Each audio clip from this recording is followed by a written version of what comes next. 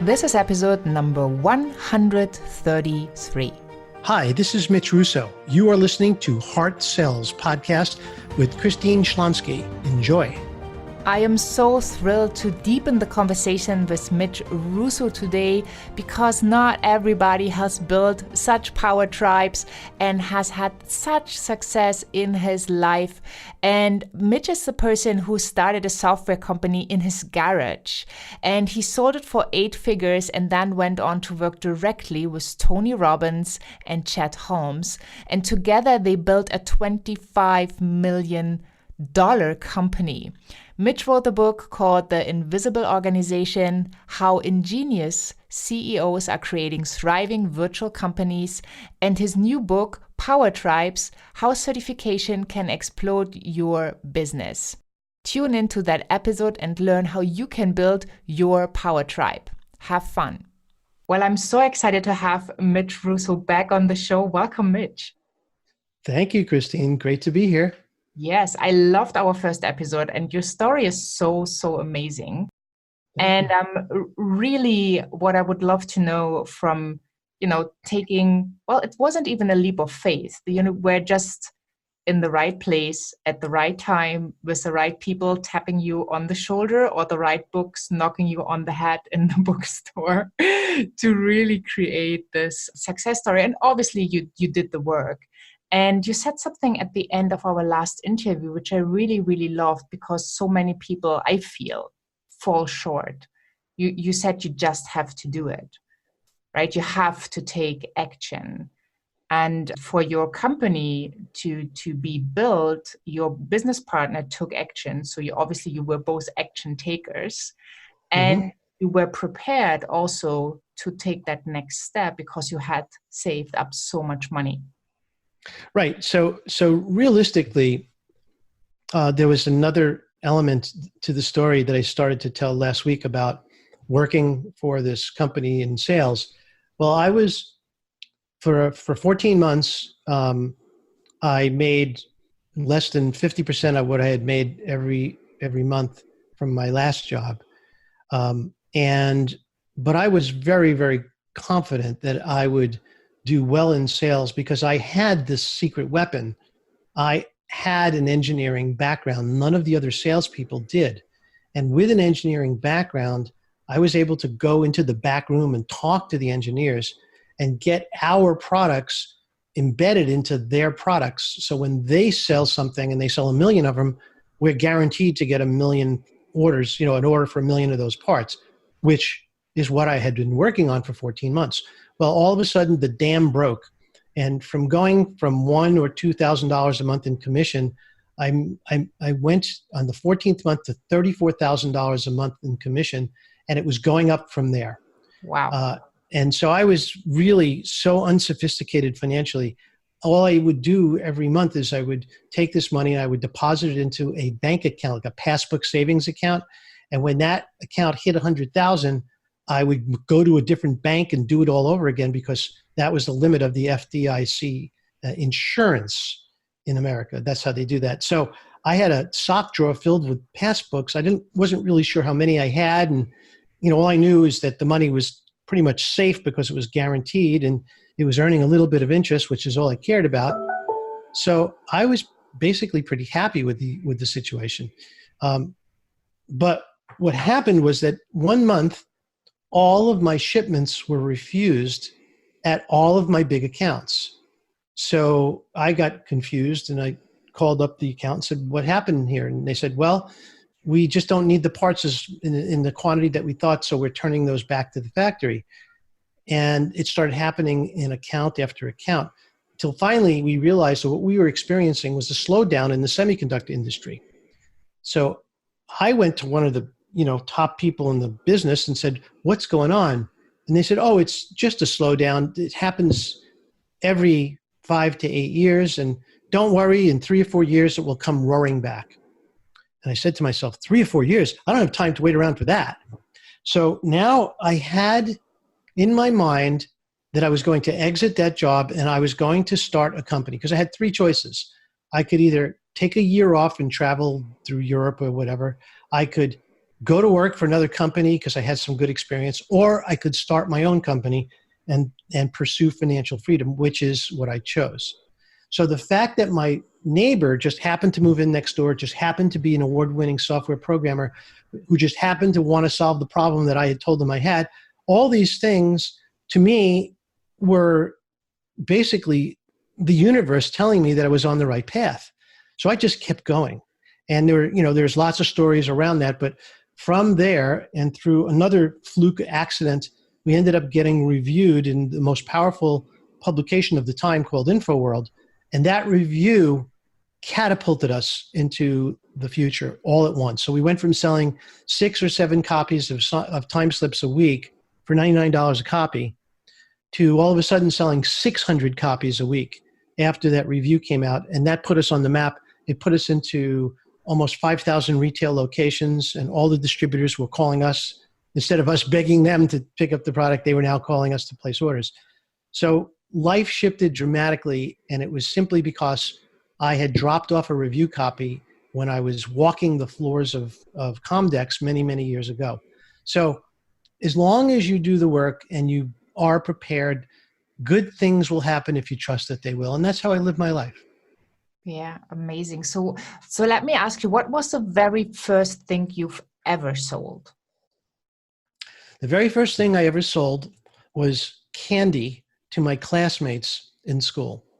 So I would go to the candy store with my allowance. I'd buy the candy. I had 15 cents, which gave me enough money to buy 3 candy bars and 5 cents a candy bar. And I'd go back to school and I'd sell them for 10 cents each.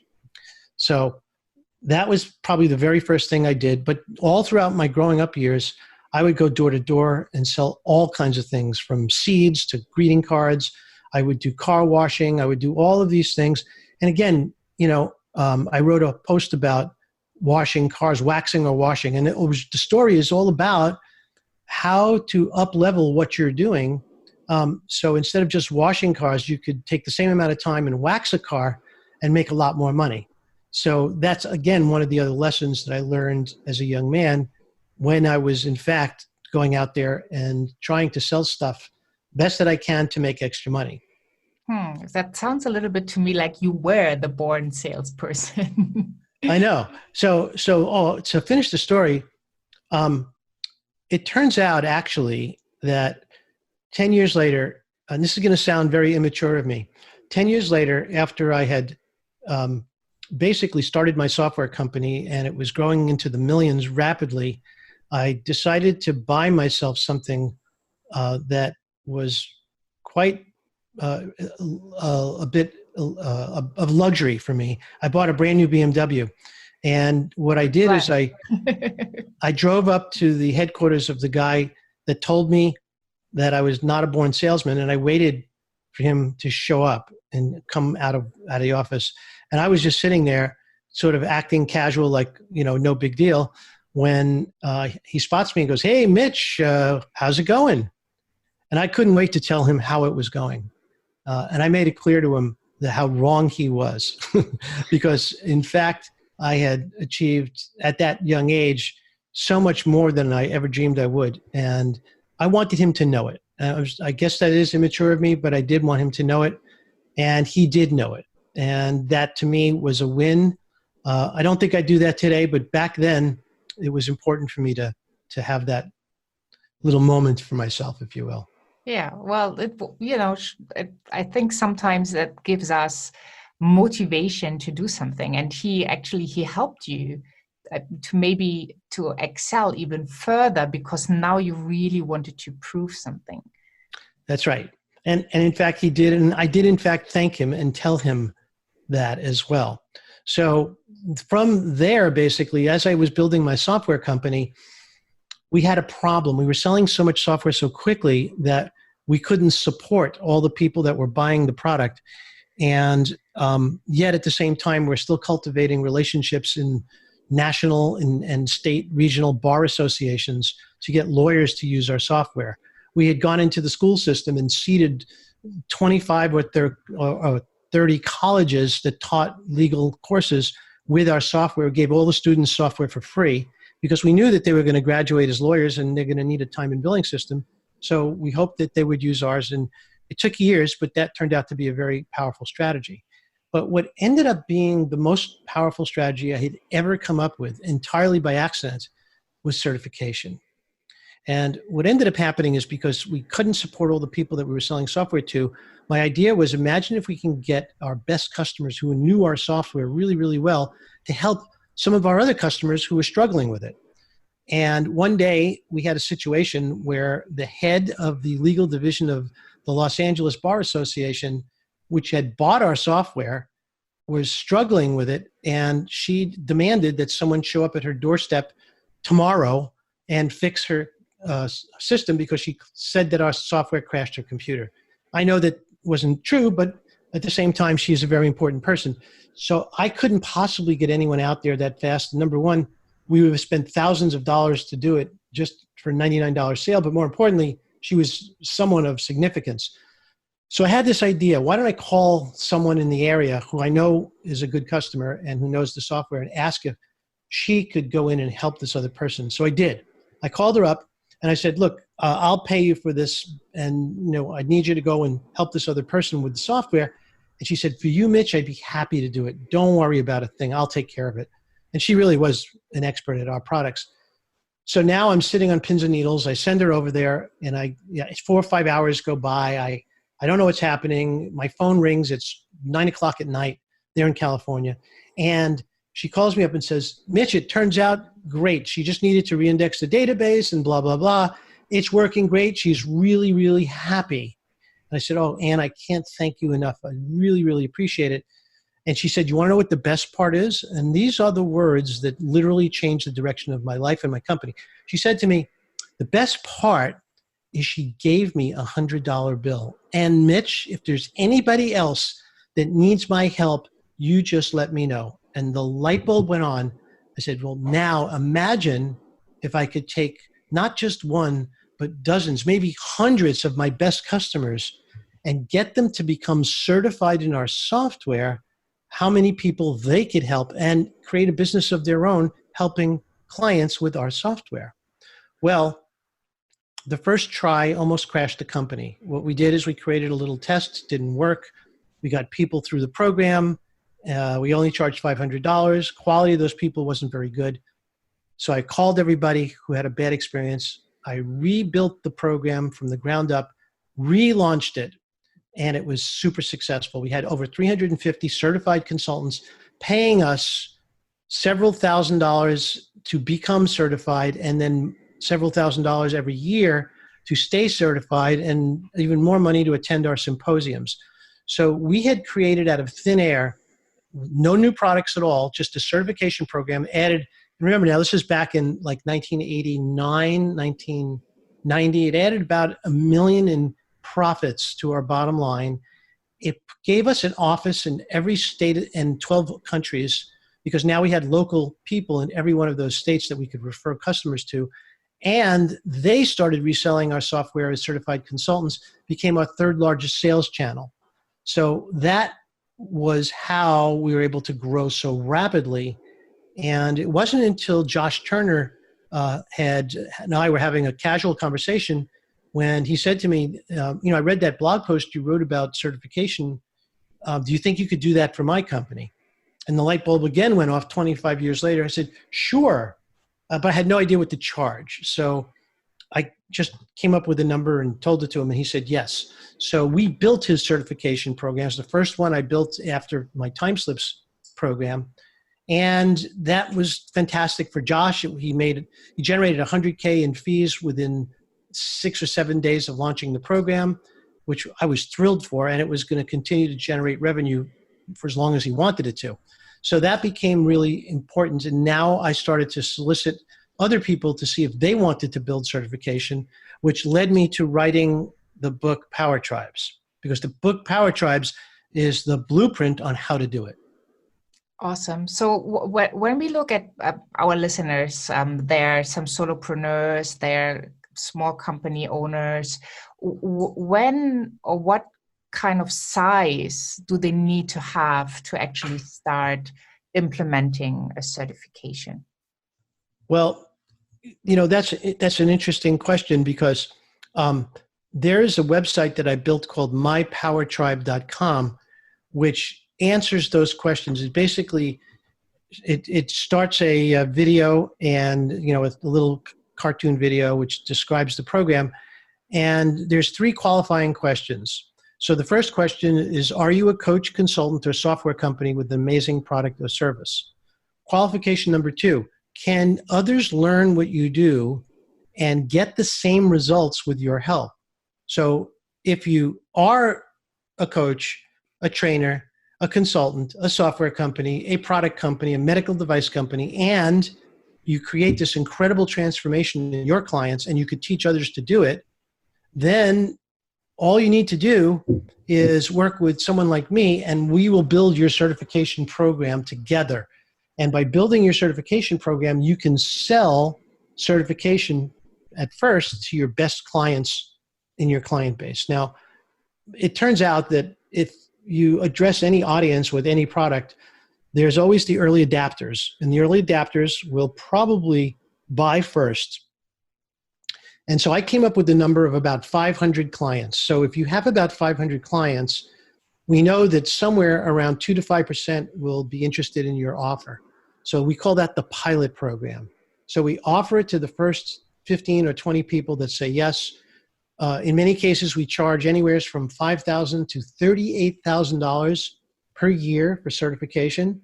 And once we get them through the program, which my client and I have built together, then at that point, we help them by generating leads for them. So that's the difference between what we do and what every other company with certification does. It turns out that Intuit, the founder of Intuit, Scott Cook, and I were friends, and he liked what I was doing so much, he asked me if I'd share my program with him so he could build the Intuit Certified Advisor program, which I did, of course. And that program ended up having thousands of qualified accountants as certified Intuit advisors. And I was happy to do it. I really felt very close to Scott, and we became really good friends. In fact, he bent one of the rules and gave me access to the interior, the code base of QuickBooks. So I was able to build a link to QuickBooks from my TimeSlip software early on, which was kind of the return favor, if you will. Later, he gave me a heads up and says, look, I just got to tell you, we are building time tracking into QuickBooks, but don't worry, it's not going to be as extensive as TimeSlips, but you should know. And, that's the CEO of the company telling me this, which was incredible. So it makes a lot of sense to get close to your vendors, get close to your competitors. And after every trade show, I would always host a party with all of my competitors and bring everyone together and just enjoy the business together, which we did.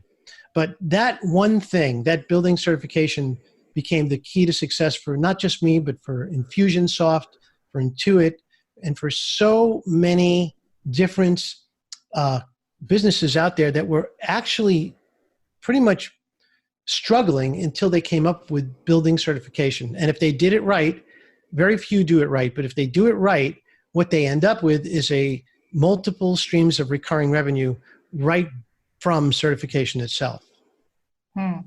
But you need to have at least 500 clients so that it's kind of worth looking into it. Well, you do, because number one, you need to cover the cost of my fees, which if you have at least 500 people who are already your clients, that's easy. You'll cover that in the first launch and more. But you don't really need 500 people in your client base to build certification. You could build it if you have 12 people in your client base, but it would be expensive to pay me and then go out and have to raise the money that you ended up spending for consulting on my part. That's part of why I wrote the book. The PowerTribes book is a blueprint for certification. Now, obviously, it's going to leave out some of the things that I've spent a lot of money to develop, but still the pathway is all there in the book. And I know people who have built certification programs from scratch just on the book itself. Now, anyone who gets the book also gets a free course. And that course will go into even more detail about the power of certification and how to set up your tribe and how to make your tribe very receptive to the things that you'll be offering. So what would your advice be for a small business owner who, let's say, is maybe in their second, third, or fourth year of business, still trying to figure out how to set it all up, what to offer? How can they get the idea of certification and make something out for them? Well, if you follow the template I just gave you, and it's on the mypowertribe.com site, it will, like, for example, if you have some intellectual property that's truly just yours, that you've invented, created, and you caused this fantastic transformation in other people when you work with them, then you probably are in a position to do it. Now, when you do it is based on, how much experience you have, how many clients you have, but there's no doubt that you can do it. And in many cases, certification buyers are other coaches too, who want to incorporate what you do into their existing practice. So would they pay, someone like you $25,000 for certification? The answer is absolutely. They already do. They've probably purchased certification. They probably purchased coach certification of one form or another already from 2 or 3 different companies. So we know the John Maxwell organization sells certification at $18,000, but all you get from a company like that is typically a course, a test, and a certificate, and then you're done. But when you work with my type of certification, what you're doing is you're building a tribe of connected people who support each other and who appreciate the company supporting them. So when I build certification, one of the key elements is creating lead flow for your certification partners.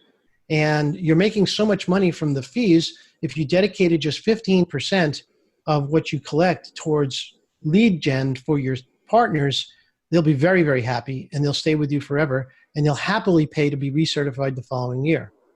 So it's a combination of things. Like, for example, if you're a coach and you don't have any intellectual property or you haven't created anything on your own, keep going. You will. That's how people do it, by getting experience, finding what works for them. And it's how I've done it. I've been business coaching now for over 30 years, and I have an entire range of intellectual property that I've built and created, and that's what I use when I work with clients. So the bottom line is that, sure, I could certify people in that, but I don't, right now, I'd rather help other people get certified than start creating the program on my own right now. Yeah, totally get that. So, like, looking at your story, have you ever dealt with rejection besides that one time where you then went to the competitor? How do you deal with rejection today, and how did you deal with it back then? So what I've been telling you is a story of how most of my life has worked out pretty well for me. What I haven't yet shared with you is all the failures, all the stupid investments I made. When I sold my software company, I earmarked $500,000 to invest in other companies. And I invested about $50,000 in 25 to 50 in each of these companies. And so I probably ended up with 15 companies. Virtually all of them went bankrupt. So I did a terrible job of picking companies to invest in, and realized that at the time I was really not a very good judge of what would work in the marketplace, even though I thought I might be. So then after I sold my company, I came back to Massachusetts with this incredible experience of having built a company from scratch, sold it for 8 figures. So who do I go to? I go to venture capital companies and say, look, I'm here to help. Do you have any portfolio companies that would need some assistance who are in the living dead category? Let me help you get them going and get them sold so that you can make some money. Let me run one of them for you, or several of them. And all I got was crickets, nothing. Nobody ever returned my call. No one ever responded to my sending out a resume, and I was shocked. So finally, I started calling all these people. I said, I can't believe you wouldn't hire me. Wouldn't I be ideal for your portfolio companies? And only one person was honest enough to tell me the truth. He said, Mitch, you're 45 years old. You're too old for this business. What we're hiring are 20-something CEOs because that's what the market is right now. And you're kind of over the hill when it comes to this stuff. And once again, those words echoed in my mind, those same 3 words, I'll show you. So I built my own venture capital company, which turned out to not work out so well as I had explained. But the bottom line was that I tried. And I tried many things that were unsuccessful, but I never stopped trying. Even after I worked for Tony Robbins and Chet Holmes, and after Chet Holmes died, after 5 years of working with Tony and Chet, I felt like it was time for me to take a break. So I tried building products and selling them. Most of that failed too. So the thing is that failure leads you to the next thing. And failure is only temporary, and it's only a failure if you admit defeat and stop. So I never admit defeat because I like what I do. I enjoy creating. I enjoy selling. And so I just keep going. And, like, for example, my first book, The Invisible Organization, was really a blueprint for how I ran the BBI organization as a virtual company. This book, PowerTribes, is all about building certification programs after having the experience of having built a huge one myself and helping clients do that for themselves as well. Now, since I published the book, I've had several clients because of the book, and that's why I always advise writing a book, because it's a great way to tell people what you do. And most people, even if it seems like you've blueprinted the entire process, most people will want some help anyway. So it makes sense to write your book and get out there and do that. So my life has been a series of ups and downs, but I don't give up. The ups are usually pretty good. The downs can be miserable, but and then there's moments in time when I doubt myself, like, should I keep doing this? Why don't I just sort of retire like the rest of the 65-year-olds out there? And I don't want to. I probably will never retire because I love what I do, and I do it every day. Yeah, what a beautiful finish to the second episode. So basically, if you keep moving, if you keep trying, if you learn from your failures, I think that's a huge and big important part, then you can reap the, how do you say, whatever you brought out, you can reap your... You could reap the benefits of all of the experience you have. So if you think to yourself, whatever age you are listening to this show, every single thing you've ever done, experienced, every person you've ever met has led you to the point that you're at today. Right now, you are here because your life was orchestrated by you to be here right now, even if you didn't know it, even if it seems like the whole thing was chance. It wasn't. It's very specific and it's very deliberate, and you're here for a reason. So take advantage of that. It doesn't mean you can't take a break. It doesn't mean I just came back from vacation. Everybody should go on vacation. I think it's fantastic. When I was building my company, I didn't go on vacation for almost 3 years. I worked 7 days a week for almost 3 years, and I loved every minute of it. I didn't have a social life. I didn't care. I didn't have a girlfriend or a wife to distract me, if you will, from my goal and my purpose, which was to build a business. And once I got the business started, I realized that it wasn't the fact that my true calling was to build legal time and billing software. No, my true calling was to help people with great service and great products. And if it turns out this is it, great. If this isn't it, it'll be something else. But that is my purpose in life. Awesome. Well, thank you so much for sharing so much wisdom with us, and for bringing the spiritual part into this conversation, which I really, really love. Thank you so much for having been on Heart Sells. My pleasure, Christine. Thank you for inviting me. Well, what can I say? 2 amazing interviews with Mitch. Thank you so much. I am totally inspired, and I love following my heart and listening to the universe's little nudges. And it definitely has helped me on my journey. So I would love for you to tune in to really, really align with who you are. What are your desires? Where do you want to go? Get that clarity, because from that place of clarity, you will be able to take massive action. Hop on over to ChristineSchlonski.com, find the podcast tab with all the information on this wonderful episode and the episode number 132, where we talked with Mitch about the outstanding results he has achieved following his heart.